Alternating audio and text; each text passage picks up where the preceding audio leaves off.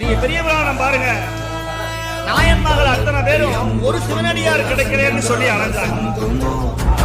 ஐயோ, இன்னைக்கு கோவணத்தை துவைக்கணும்னு காஞ்சிபுரத்துல அவதாரம் செய்த திருக்குறிப்பு தொண்ட நாயனார் ஒரு சிவனடியாரை காணமே. ஏன்? அவருடைய அழுக்கு கௌபீரத்தை, கோவணத்தை நான் இன்னைக்கு துவைச்சி உலர்த்தி காய வச்சு அதை கையில கொடுத்தாதான் இன்னைக்கு சாப்பிடுவேன், இதுதான் என்னுடைய தொண்டு அப்படின்னு சொன்னவர் திருக்குறிப்பு தொண்ட நாயனார்.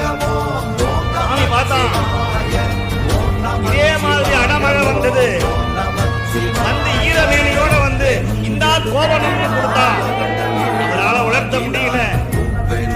பார்த்தார், தன்னுடைய தலையை பாறையிலே மோதினார், தொண்டு செய்ய முடியலையே.